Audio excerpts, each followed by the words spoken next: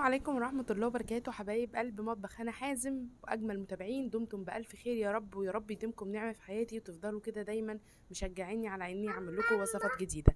النهاردة الوصفة شيخ المحشي حلوة قوي قوي قوي، من أجمل الوصفات اللي ممكن تجربيها جنب شوية رز أبيض. أحلى كوسة محشية لحمة مفرومة بصوص ابيض، وكمان عملنا لها ريد صوص او الصوص الاحمر خطير قوي. ان شاء الله تتفرجوا على الفيديو لاخره ويعجبكم، لان الوصفه سهله جدا ودايبه زي ما انتم شايفين كده. طعم اللحمه فيها غني جدا، وبربع كيلو لحمه مفرومه هتقدروا تعملوا غدا جميل جدا وكتير، ويقضي كمان اكتر من 10 افراد. حلو قوي بصراحه. شويه سلطه وشويه مخلل وشويه رز ابيض، وتعالوا نشوف الوصفه التحفه دي اتعملت ازاي.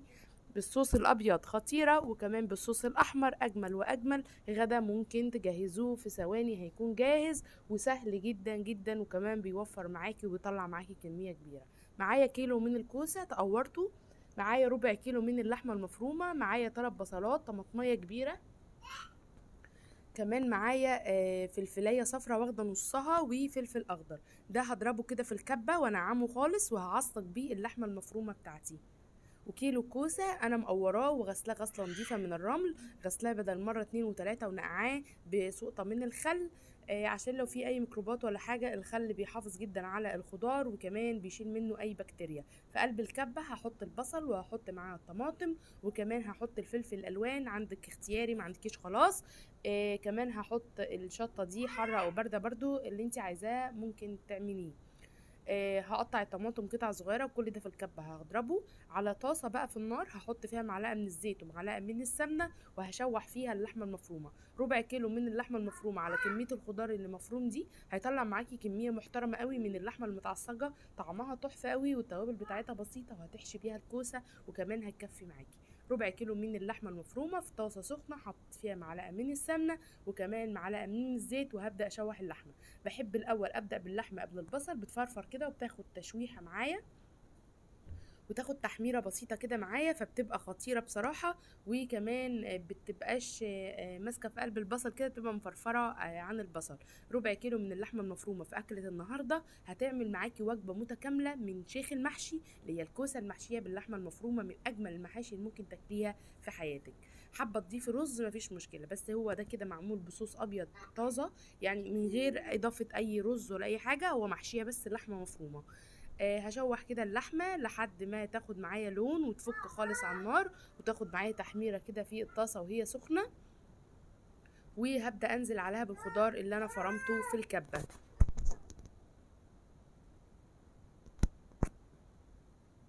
هنزل كده بقى بكل الخضار اللي انا فرمته في الكبه، وعلى طول اول ما يتشوح معايا والميه تنشف منه خالص، هحط التوابل بتاعتي. عباره عن ايه؟ عباره عن ملح، فلفل، كزبره ناشفه، عباره عن 7 بهارات. ما بحطش توابل اكتر من كده في اللحمه المفرومه، وبتطلع معايا طعمها خطير، وما بتغيرش طعمها خالص. ما بكترش التوابل فيها، يا دوب بس رشه بسيطه ملح فلفل كزبره ناشفه و7 بهارات، بس لتطعيمه البصل والخضار واللحمه. ما تكتروش التوابل علشان تحسوا فعلا بطعم اللحمه المفرومه، مش بكتر التوابل. في حاجات بتحب التوابل الكتير، وفي حاجات لا. هنشوح بقى اللحمه بالبصل كده والتوابل والخضار اللي احنا فرمناه في الكبه، وهسيبه يستوي على النار.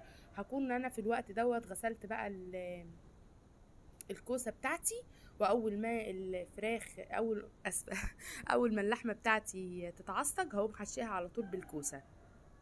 تابعوا معايا الخطوات للاخر، عشان الخطوات مش طويله بس سهله ومفيده في نفس الوقت. هتطلعي اكله جديده. هتعملي جنبها شويه رز ابيض بالزبده عاديين خالص، هتشوحي الرز بمعلقه زبده او بمعلقه سمنه. وهنا اللحمه بتاعتي اتعصجت، وكنت بحشي الكوسه زيها زي ما بحشي المحشي بالظبط. وعادي ممكن تمليها للاخر، لان اللحمه مش زي الرز، مش هتزيد في قلب الكوسه ومش هتطلع بره الكوسه خالص. هي مستويه، ويا دوب بس هنحمر الكوسه معانا، مش هنحطها نيه كده، هنديها تحميره ولون حلو. وعلى طول هقوم عامله هوريكم دلوقتي الخطوه اللي بعد كده هتبقى عامله ازاي.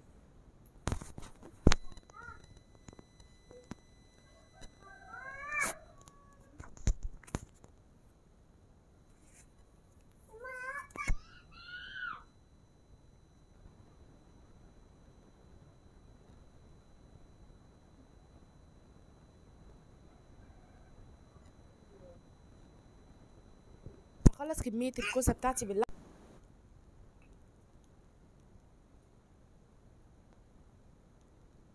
هخلص كميه الكوسه بتاعتي كلها، وهيبقى في الاخر شويه لحمه مفرومه هحشيهم في فلفلتين. الفلفل ده اختياري، لكن هي اساس الاكل اصلا كانت الكوسه. عندك بطاطس وحابه تحشيها نفس الحشو مفيش مشكله.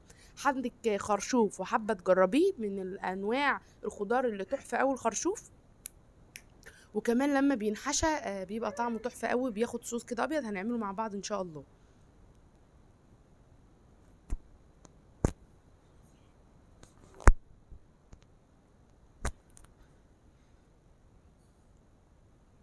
خلص كميه الكوسه كلها.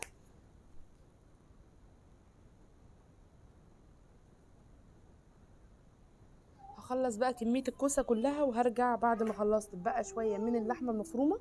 رحت مطلعه فلفلتين كده وشايله منهم البذر، وبدات احشيهم برضو، وهعملهم نفس معامله اللي هعمله في الكوسه حالا. ورايا بقى طاسه بتسخن كده فيها زيت. اول ما تسخن معايا هنزل بالخضار اللي معايا احمره.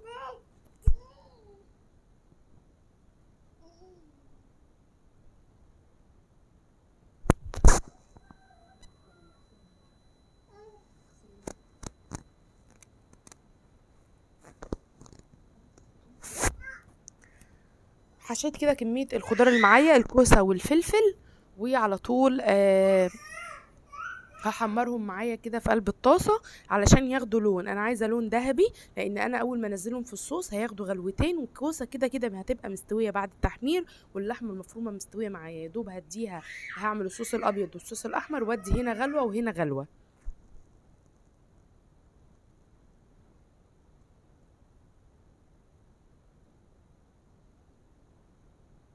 املي الخضار على قد ما تقدري، كده كده مش زي المحشي يعني بتزيد. هي اصلا هتاخد وضع للخضار اللي هي اللحمه هتاخد وضع الخضار اللي هي محشيه فيه. جبت طاسه على النار، حطيت فيها زيت، ورحت على طول اول ما سخن معايا هنزل في الكوسه احمرها. آم، الكوسه على طول اول ما بتتحمر بتستوي. الكوسه من انواع الخضار اللي ما بتاخدش وقت في السوا خالص، وفي نفس الوقت بتكون طعمها حلو وهي مقليه. هنزل برضو بالفلفل، وهنزل بالكوسه بتاعتي.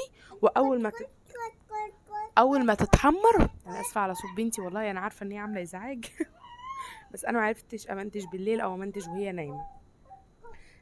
الكوسه بقى كده هحمرها في قلب الطاسه.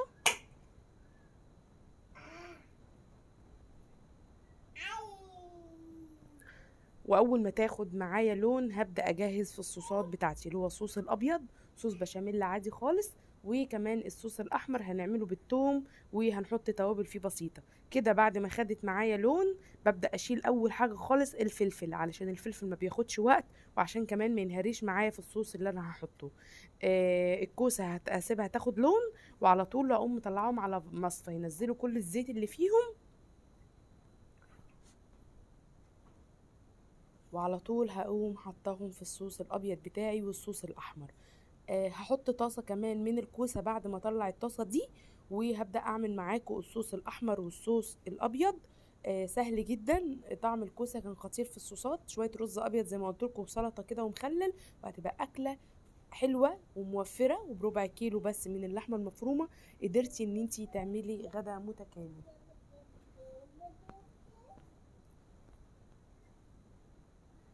بشيل كده، هجيب معلقه واشيل بقى كل البصل اللي بينزل ده، او حتت اللحمه الصغيره اللي ممكن تطلع من طرف الكوسه، عشان لو انحرقت هتغير لي طعم الزيت، فتغير لي طعم تحمير الكوسه. فهجيب معلقه واشيل كل الزوايد اللي في الجنب ديت، اللي هي ممكن تكون حته بصلايه على الكوسايه من بره فاتحمرت قوي، على طرف الكوسه من فوق كده يعني. هشيل كل دوت وهحمره، وهشيله خالص ارميه، يعني اتخلص منه علشان ما ينحرقش في الزيت وغير لي طعم الزيت كمان.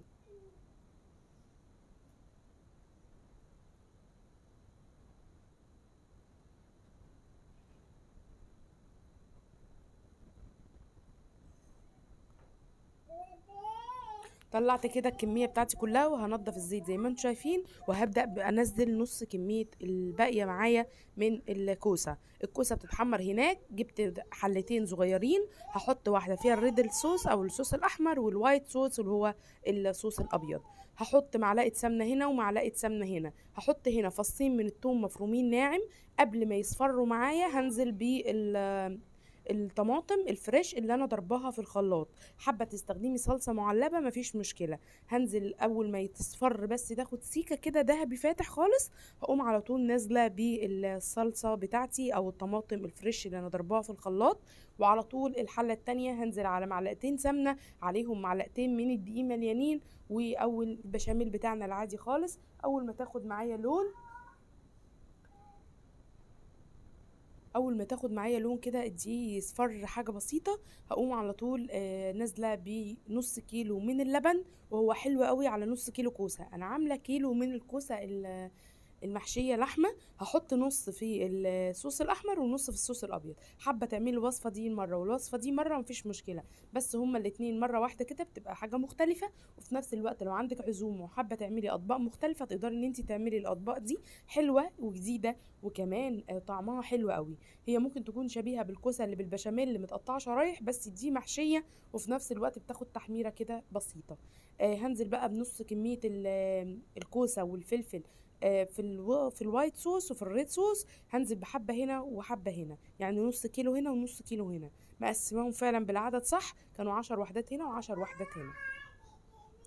بس بدي هنا غلوة وبدي هنا غلوة عقبال ما اجهز الرز الابيض. عبارة عن معلقة زبدة او معلقة سمنة، بسخنهم جامد وانزل عليهم بكمية الرز اللي انا عايزة اعملها واشوحها حلو، وانزل بمعلقة من الملح او حسب انتي بتحبي الملح قد ايه. وكمان هنزل بالمية المناسبة للرز، كوبايتين الرز عليهم كوبايتين من المية. الرز المصري بياخد كوبايه الرز بتاخد كوبايه من الميه. بعد بقى ما بيغلي معايا بوطي عليه وبطلع احلى رز ابيض جنب الحاجات دي. ما بتبقاش محتاجه رز بشعريه ولا كده ولا رز بسمتي. لو عايزه تعملي برضو رز بسمتي اعملي رز بسمتي ابيض بالزبده.